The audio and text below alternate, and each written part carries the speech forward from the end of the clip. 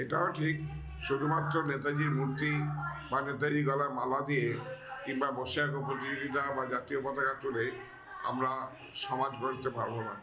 যতক্ষণ না নেতাজির ভাবধারা, বিবেকানন্দের ভাবধারা আমরা নিজেকে তৈরি করতে পারবো। মনীষীদের জীবন দর্শন ও ত্যাগের মহিমা সাধারণ মানুষের মধ্যে ছড়িয়ে দিতে বিশেষ উদ্যোগ গ্রহণ করা হলো কলকাতার 56 নম্বর ওয়ার্ডে। দেশনায়ক নেতাজি সুভাষচন্দ্র বসুর জন্মজয়ন্তীর প্রাক্কালে 48 পটারি রোডে তার একটি পূর্ণাবয়ব মূর্তি উন্মোচন করা হলো। এই প্রশংসনীয় উদ্যোগটির প্রধান কারিগর স্থানীয় পুরপিতা তথা মেয়র পরিষদ সদস্য স্বপন সমাদ্দার। এদিনের অনুষ্ঠানের প্রধান অতিথি স্বরূপ উপস্থিত ছিলেন নেতাজির প্রপৌত্র তথা বরেণ্য অধ্যাপক সুগত বসু। তার উপস্থিতি অনুষ্ঠানটিকে আরও অসাধারণ করে তোলে।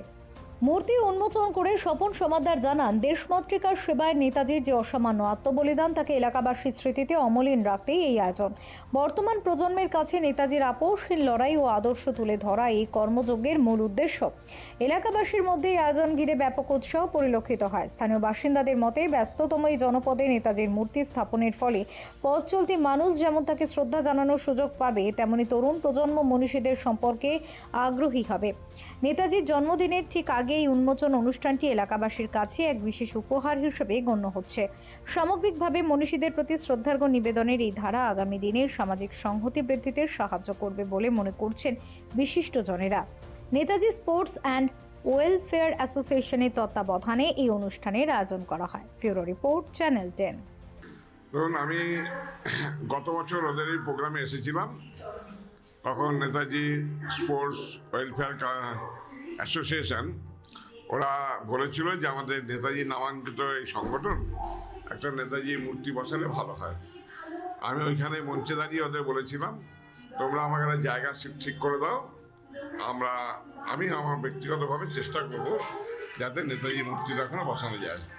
তো যাই হোক, আজকে আমি কথা রাখতে পেরে নিজেও আনন্দিত। আমি গর্বিত যে আমাদের এই অঞ্চলে একটা পিছিয়ে পড়া ওয়ার্ড, 56 নম্বর ওয়ার্ড, এখানে ইতিমধ্যেই আমি বিবেকানন্দের স্ট্যাচু, নেতাজির দুটো স্ট্যাচু আমরা স্থাপন করতে পেরেছি। এবং আজকে সবচেয়ে বড় আনন্দিত যে অধ্যাপক ডক্টর সুগত বসু, নেতাজির বংশধর, তিনি আমাদের এই মূর্তির শুভ উদ্বোধন করেছেন।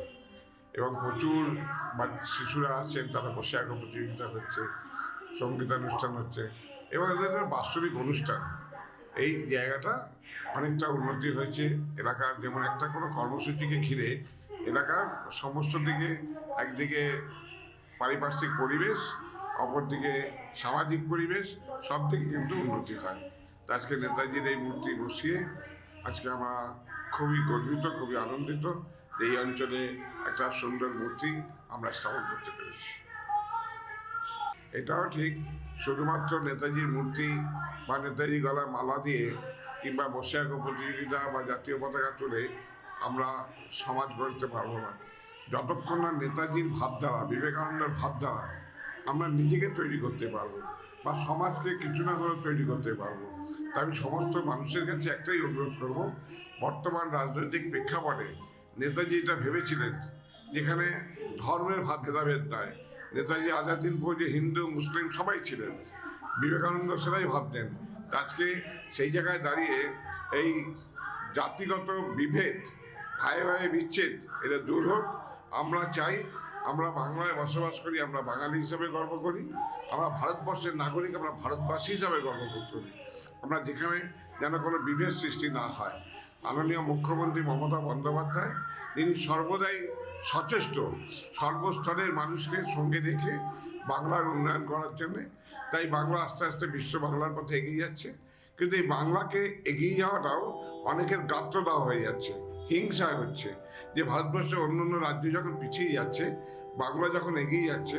কারণ মমতা বন্দ্যোপাধ্যায় ঠিক এই নেতাজি, বিবেকানন্দ, বিদ্যাসাগর, রাজা রামমোহন রায়, এদের ভাবনায় বাংলাকে তৈরি করার চেষ্টা করছে।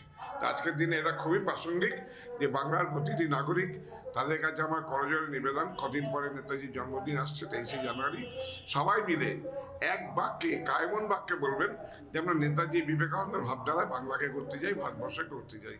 এখানে যেন কোনো বিভেদ, হানাহানি, খুনোখুনি, মারামারি না থাকে। সুন্দর সমাজ গড়ে উঠুক, বাংলা বিশ্ব বাংলার পথে এগিয়ে যাক।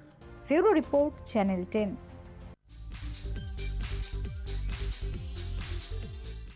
সমাজের বিভিন্ন ক্ষেত্রে যারা নিজেদের মেধা ও পরিশ্রমের মাধ্যমে অনন্য ছাপ রেখেছেন স্বীকৃতিদের সম্মান জানাতে তিলোত্তমায় আয়োজিত হলো এক বর্ণাঢ্য অনুষ্ঠান।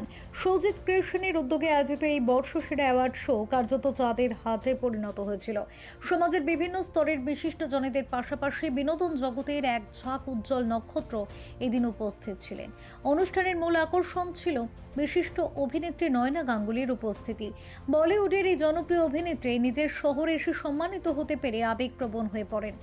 সংবাদ মাধ্যমের মুখোমুখি হয়ে তিনি জানান, কর্মসূত্রে বাইরে থাকলেও শিকড়ের টানে বরাবরই সব সময় তিনি এই শহরকে ভালোবেসেছেন। নিজের শহরে এমন সম্মাননা পাওয়া তার কাছে অত্যন্ত গর্বের। নয়না গাঙ্গুলির পাশাপাশি এদিন টলিউডের একাধিক পরিচিত মুখকেও তাদের কাজের স্বীকৃতির জন্য পুরস্কৃত করা হয়। সম্মানিত শিল্পীদের তালিকায় ছিলেন পিঙ্কি ব্যানার্জি, ইন্দ্রনীল মৌলিক, দেবমাল্য গুপ্তা, দেবলীনা দত্ত এবং সায়ন্তনী মল্লিকের মতো জনপ্রিয় অভিনেতা অভিনেত্রীরা। আয়োজক সংস্থার সৌজিত ক্রিয়েশনের পক্ষ থেকে জানানো হয়েছে, কৃতীদের এই সম্মান প্রদান কেবল তাদের কাজের স্বীকৃতি নয়, বরং নতুন প্রজন্মকে অনুপ্রাণিত করার একটি ক্ষুদ্র প্রচেষ্টা।